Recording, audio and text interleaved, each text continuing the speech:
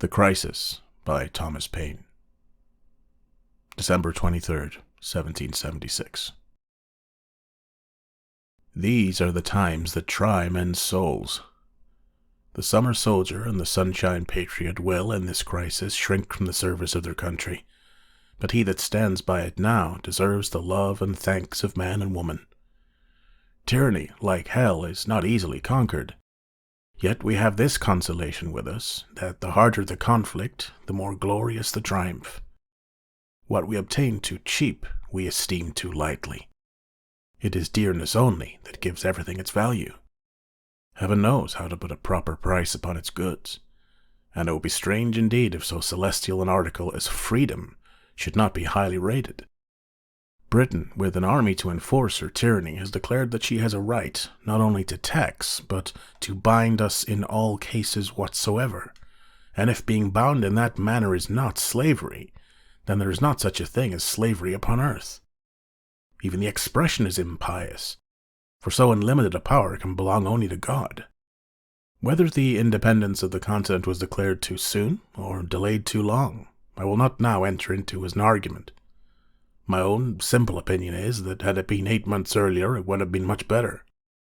We did not make a proper use of last winter, neither could we, while we were in a dependent state. However, the fault, if it were one, was all our own. We have none to blame but ourselves. But no great deal is lost yet. All that Howe has been doing for this month past is rather a ravage than a conquest, which the spirit of the Jerseys a year ago would have quickly repulsed, and which time and a little resolution will soon recover. I have as little superstition in me as any man living, but my secret opinion has ever been, and still is, that God Almighty will not give up a people to military destruction, or leave them unsupportedly to perish, who have so earnestly and so repeatedly sought to avoid the calamities of war, by every decent method which wisdom could invent. Neither have I so much of the infidel in me as to suppose that he has relinquished the government of the world, and given us up to the care of devils. And, as I do not, I cannot see on what grounds the King of Britain can look up to heaven for help against us. A common murderer, a highwayman, or a housebreaker has as good a pretence as he. 'Tis surprising to see how rapidly a panic will sometimes run through a country. All nations and ages have been subject to them. Britain has trembled like an ague at the report of a French fleet of flat-bottomed boats, and in the 14th, 15th century the whole English army, after ravaging the kingdom of France, was driven back like men petrified with fear, and this brave exploit was performed by a few broken forces collected and headed by a woman, Joan of Arc. Would that heaven might inspire some Jersey maid to spirit up her countrymen and save her fair fellow-sufferers from ravage and ravishment. Yet panics, in some cases, have their uses. They produce as much good as hurt. Their duration is always short. The mind soon grows through them and acquires a firmer habit than before. But their peculiar advantage is that they are the touchstones of sincerity and hypocrisy, and bring things and men to light which might otherwise have lain forever undiscovered. In fact, they have the same effect on secret traitors, which an imaginary apparition would have upon a private murderer. They sift out the hidden thoughts of man, and hold them up in public to the world. Many a disguised Tory has lately shown his head, that shall penitentially solemnize with curses the day on which Howe arrived upon the Delaware. As I was with the troops at Fort Lee, and marched with them to the edge of Pennsylvania, I am well acquainted with many circumstances which those who live at a distance know but little or nothing of. Our situation there was exceedingly cramped, the place being a narrow neck of land between the North River and the Hackensack. Our force was inconsiderable, being not 1/4 so great as Howe could bring against us. We had no army at hand to have relieved the garrison, had we shut ourselves up and stood in our defense. Our ammunition, light artillery, and the best part of our stores had been removed on the apprehension that Howe would endeavor to penetrate the Jerseys, in which case Fort Lee could be of no use to us. For it must occur to every thinking man, whether in the army or not, that these kind of field forts are only for temporary purposes, and last in use no longer than the enemy directs his force against the particular object which such forts are raised to defend. Such was our situation and condition at Fort Lee on the morning of the 20th of November, when an officer arrived with information that the enemy with 200 boats had landed about 7 miles above. Major General Nathaniel Greene, who commanded the garrison, immediately ordered them under arms and sent express to General Washington at the town of Hackensack, distant by the way of the ferry 6 miles. Our first object was to secure the bridge over the Hackensack, which laid up the river between the enemy and us, about 6 miles from us, and 3 from them. General Washington arrived in about 3/4 of an hour and marched at the head of the troops towards the bridge, which place I expected we should have a brush for. However, they did not choose to dispute it with us, and the greatest part of our troops went over the bridge, the rest over the ferry, except some which passed at a mill on a small creek between the bridge and the ferry, and made their way through some marshy grounds up to the town of Hackensack, and there past the river. We brought off as much baggage as the wagons could contain. The rest was lost. The simple object was to bring off the garrison and march them on till they could be strengthened by the Jersey or Pennsylvania militia, so as to be enabled to make a stand. We stayed 4 days at Newark, collected our outposts with some of the Jersey militia, and marched out twice to meet the enemy, on being informed that they were advancing, though our numbers were greatly inferior to theirs. Howe, in my little opinion, committed a great error in generalship in not throwing a body of forces off from Staten Island through Amboy, by which means he might have seized all our stores at Brunswick, and intercepted our march into Pennsylvania. But if we believe the power of hell to be limited, we must likewise believe that their agents are under some providential control. I shall not now attempt to give all the particulars of our retreat to the Delaware. Suffice it for the present to say that both officers and men, though greatly harassed and fatigued, frequently without rest, covering, or provision, the inevitable consequences of a long retreat, bore it with a manly and martial spirit. All their wishes centered in one, which was that the country would turn out and help them to drive the enemy back.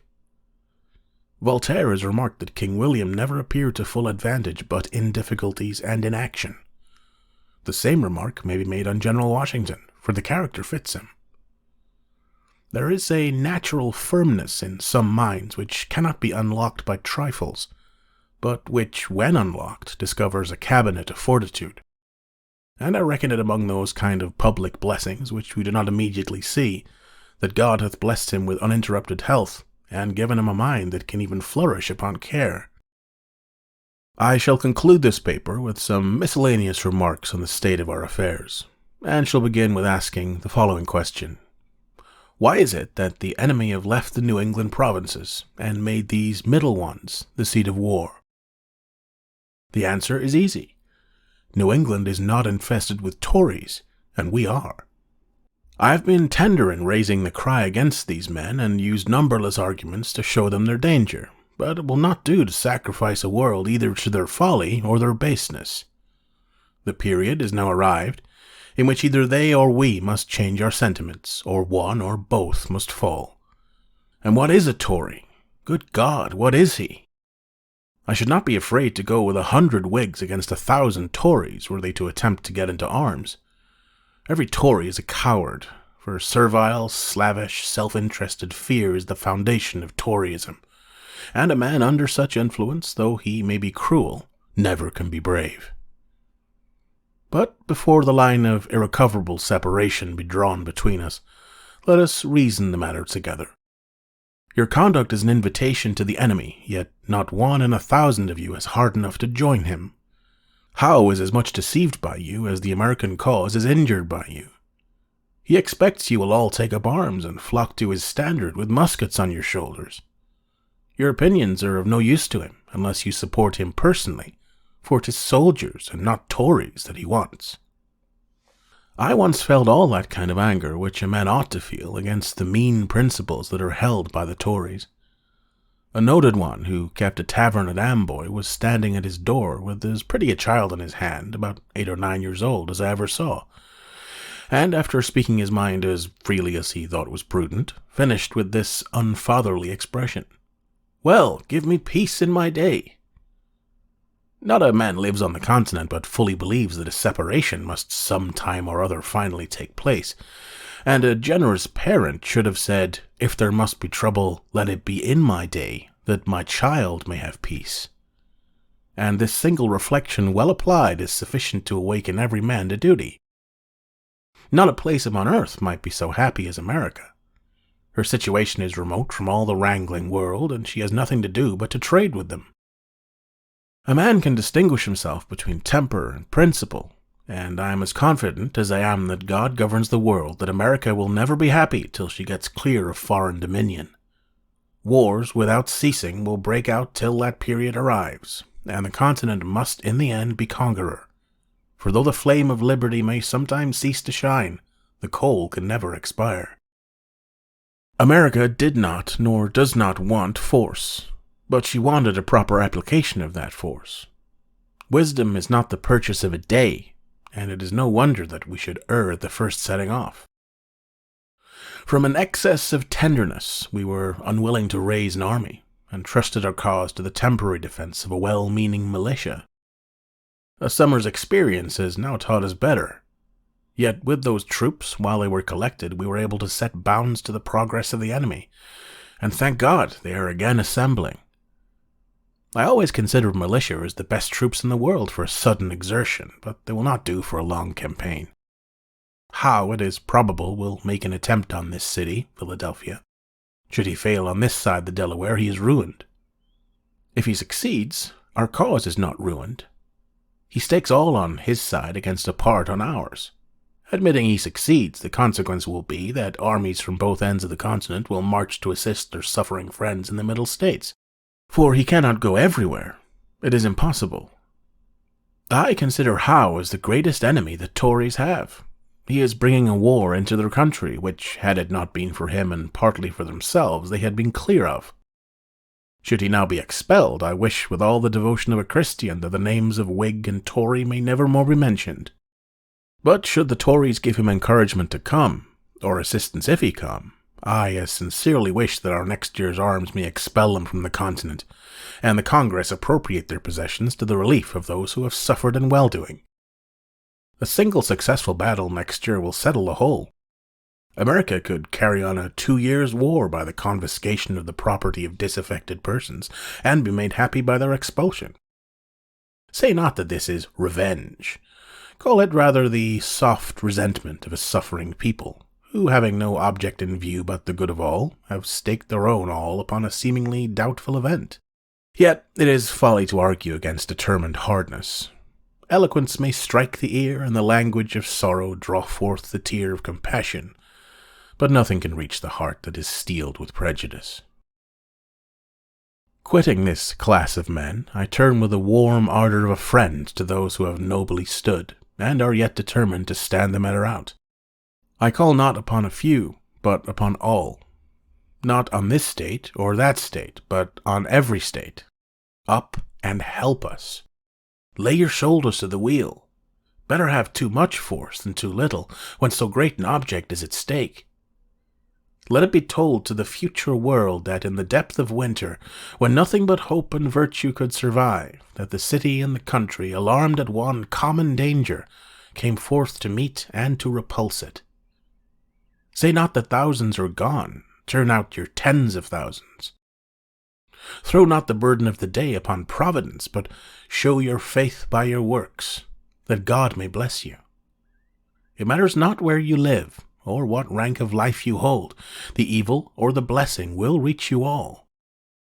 The far and the near, the home counties and the back, the rich and the poor will suffer or rejoice alike. The heart that feels not now is dead.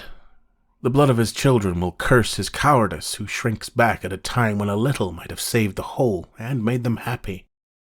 I love the man that can smile in trouble, that can gather strength from distress and grow brave by reflection. 'Tis the business of little minds to shrink. But he whose heart is firm, and whose conscience approves his conduct, will pursue his principles unto death. My own line of reasoning is to myself as straight and clear as a ray of light. Not all the treasures of the world, so far as I believe, could have induced me to support an offensive war, for I think it murder. But if a thief breaks into my house, burns and destroys my property, and kills or threatens to kill me, or those that are in it, and to bind me in all cases whatsoever to his absolute will, am I to suffer it? What signifies it to me whether he who does it is a king or a common man, my countryman or not my countryman, whether it be done by an individual villain or an army of them? If we reason to the root of things, we shall find no difference. Neither can any just cause be assigned why we should punish in the one case and pardon in the other. Let them call me rebel and welcome. I feel no concern from it. But I should suffer the misery of devils were I to make a whore of my soul by swearing allegiance to one whose character is that of a sottish, stupid, stubborn, worthless, brutish man. I conceive likewise a horrid idea in receiving mercy from a being who at the last day shall be shrieking to the rocks and mountains to cover him, and fleeing with terror from the orphan, the widow, and the slain of America. There are cases which cannot be overdone by language, and this is one.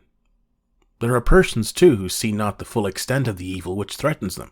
They solace themselves with hopes that the enemy, if he succeed, will be merciful. It is the madness of folly to expect mercy from those who have refused to do justice. And even mercy, where conquest is the object, is only a trick of war. The cunning of the fox is as murderous as the violence of the wolf, and we ought to guard equally against both. Howe's first object is, partly by threats and partly by promises, to terrify or seduce the people to deliver up their arms and receive mercy. The ministry recommended the same plan to Gage, and this is what the Tories call making their peace, a peace which passeth all understanding indeed. A peace which will be the immediate forerunner of a worse ruin than any we have yet thought of. Ye men of Pennsylvania, do reason upon these things. Were the back counties to give up their arms, they would fall an easy prey to the Indians, who are all armed. This, perhaps, is what some Tories would not be sorry for. Were the home counties to deliver up their arms, they will be exposed to the resentment of the back counties, who would then have it in their power to chastise their defection at pleasure. And were any one state to give up its arms, that state must be garrisoned by all Howe's army of Britons and Hessians to preserve it from the anger of the rest. Mutual fear is the principal link in the chain of mutual love, and woe be to that state that breaks the compact. Howe is mercifully inviting you to barbarous destruction, and men must be either rogues or fools that will not see it. I dwell not upon the vapors of imagination. I bring reason to your ears, and in language as plain as A, B, C hold up truth to your eyes. I thank God that I fear not. I see no real cause for fear. I know our situation well, and can see the way out of it. While our army was collected, Howe dared not risk a battle, and it is no credit to him that he decamped from the White Plains and waited a mean opportunity to ravage the defenseless Jerseys. But it is great credit to us that, with a handful of men, we sustained an orderly retreat for near 100 miles, brought off our ammunition, all our field pieces, the greatest part of our stores, and had 4 rivers to pass. None can say that our retreat was precipitate, for we were near 3 weeks in performing it, that the country might have time to come in. Twice we marched back to meet the enemy, and remained out till dark. The sign of fear was not seen in our camp, and had not some of the cowardly and disaffected inhabitants spread false alarms through the country, the Jerseys had never been ravaged. Once more we are again collected, and collecting. Our new army at both ends of the continent is recruiting fast, and we shall be able to open the next campaign with 60,000 men, well armed and clothed. This is our situation, and who may know it? By perseverance and fortitude we have the prospect of a glorious issue. By cowardice and submission, the sad choice of a variety of evils: a ravaged country, a depopulated city, habitations without safety, and slavery without hope. Our homes turned into barracks and bawdy houses for Hessians, and a future race to provide for, whose fathers we shall doubt of. Look on this picture, and weep over it. And if there yet remains one thoughtless wretch who believes it not, let him suffer it unlamented. December 23rd, 1776. Footnote. The present winter is worth an age if rightly employed. But if lost or neglected, the whole continent will partake of the evil, and there is no punishment that man does not deserve, be he who, or what, or where he will, that may be the means of sacrificing a season so precious and useful.